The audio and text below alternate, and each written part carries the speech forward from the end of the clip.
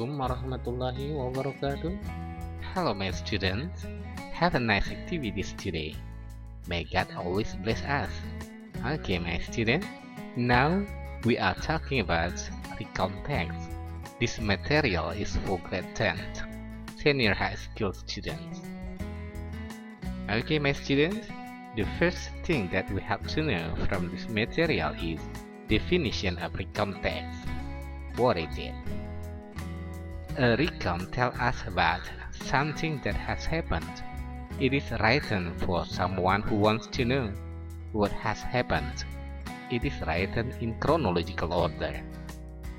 Jadi, sebuah record menceritakan kepada kita tentang sesuatu yang telah terjadi. Ini ditulis untuk seseorang atau orang yang ingin mengetahui tentang apa yang telah terjadi, dan ini ditulis dalam urutan peristiwa yang teratur. Okay, next. Now we are talking about social function. To retell events for the purpose of informing or entertaining the reader or listener. Jadi, tujuan sosial atau fungsi sosial kita menulis recount text ini adalah kita menceritakan ulang tentang kejadian-kejadian di masa lampau dengan tujuan memberikan informasi atau memberikan hiburan kepada para pembaca dan para pendengar. Okay, next. Generic structure.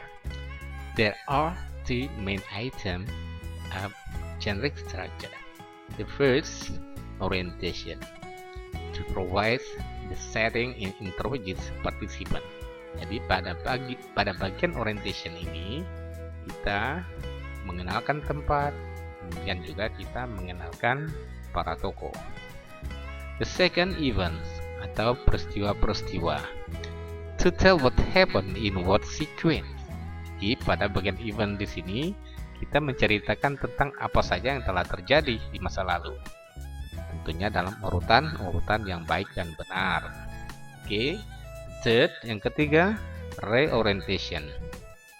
Pada bagian reorientation ini, apa yang kita lakukan? Yang kita lakukan adalah kita mengenalkan ulang maksud saya pengenalan ulang yang kita nyatakan pada bagian ini, dan pengenalan ulang ini bersifat kesimpulan tentang sebuah kejadian yang telah kita ceritakan sebelumnya. Tapi ingat, ini sifatnya opsional. Oke, maksudnya reorientation ini bisa kita pakai, bisa juga tidak. Oke, next. Grammatical feature atau ciri kebahasaan. The first, focus on specific participant. Yang pertama, fokus pada para tokoh yang khusus. Okay. The second, use of material process, menggunakan proses material atau proses kebendaan.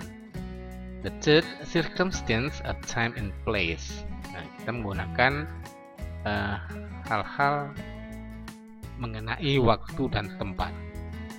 Fourth, use of past tense. Jadi yang keempat, kita menggunakan past tense atau tenses masa lalu. Okay. Fifth, atau yang kelima, fokus on temporal sequence. Fokus pada temporal sequence, urutan kejadian yang berurutan dengan baik dan benar. Oke. Next. Nah, ini ada contoh ya. Contoh recount text atau example of recount text. Oke. Entitled Earthquake. Judulnya gempa bumi. I was driving along the coast road when the car suddenly lurched to one side. At first, I thought a tire had gone, but then I saw telegraph poles collapsing like matchstick. The rocks came tumbling across the road, and I had to abandon the car.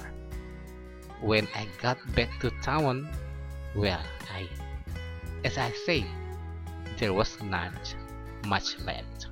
Oke, kita pelajari sama-sama ya. Kita mulai dari orientation, di mana pada bagian orientation di sini provide setting and introduce participant.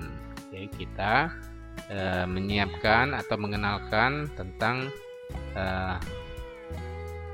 tokoh-tokoh yang ada di cerita tersebut, kemudian juga bisa tempat dan waktu. Oke, kita mulai dari kata I dan the car. I and the car ini adalah partisipan ya, atau tokohnya. Nah, kalau kita bicara tentang place, di sini bisa kita ambil contoh along the coast road. Nah, di sepanjang jalan pinggir pantai. Okay. I was driving along the coast road when the car suddenly lurched to one side. Oke, jadi maksudnya dahulu ketika saya sedang berkendaraan di sepanjang jalan pinggir pantai, ketika mobil tiba-tiba meluncur tidak terkendali ke satu sisi, gitu ya. Oke. Nah, paragraf kedua ini adalah event 1, di mana pada event 1 ini kita to tell what happened in what sequence. Kita menceritakan apa saja yang terjadi di masa lalu ya, dalam urutan-urutan yang benar. Oke. At first, I thought a tire had gone, but then I saw telegraph poles collapsing like matchstick. Nah, pertama saya pikir ban mobil saya itu lepas. Nah, pas I thought a tire had gone, tertulis yang biru ini ya, ini adalah event 1. Oh, peristiwa yang pertama, atau kejadian yang ke-1. Kemudian but then, tapi kemudian I saw telegraph poles collapsing like matchstick. Tapi kemudian saya lihat telegraph poles ya, yang telegraph, yang telepon gitu ya, collapsing like matchstick. Oke. Collapsing itu maksudnya runtuh ya, runtuh bagaikan batang korek api. Nah, batang korek api yang berserak gitu ya. Oke. Itu pun adalah event 1 yang I saw telegraph pole collapsing like matchstick. Oke, next. The can stumbling across the road. Nah, ini event kedua, ya, kejadian yang kedua. Bebatuan jatuh across the road, menutupi jalan.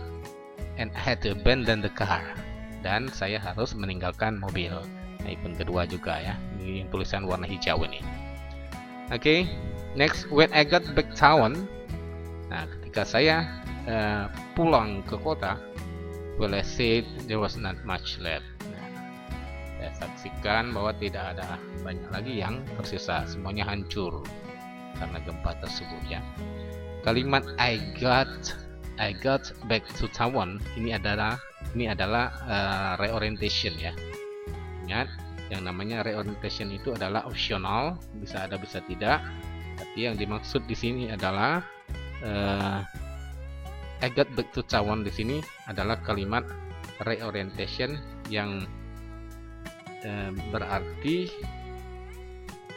kita atau penulis melakukan pengenalan ulang yang bersifat kesimpulan tentang sebuah kejadian yang telah diceritakan sebelumnya.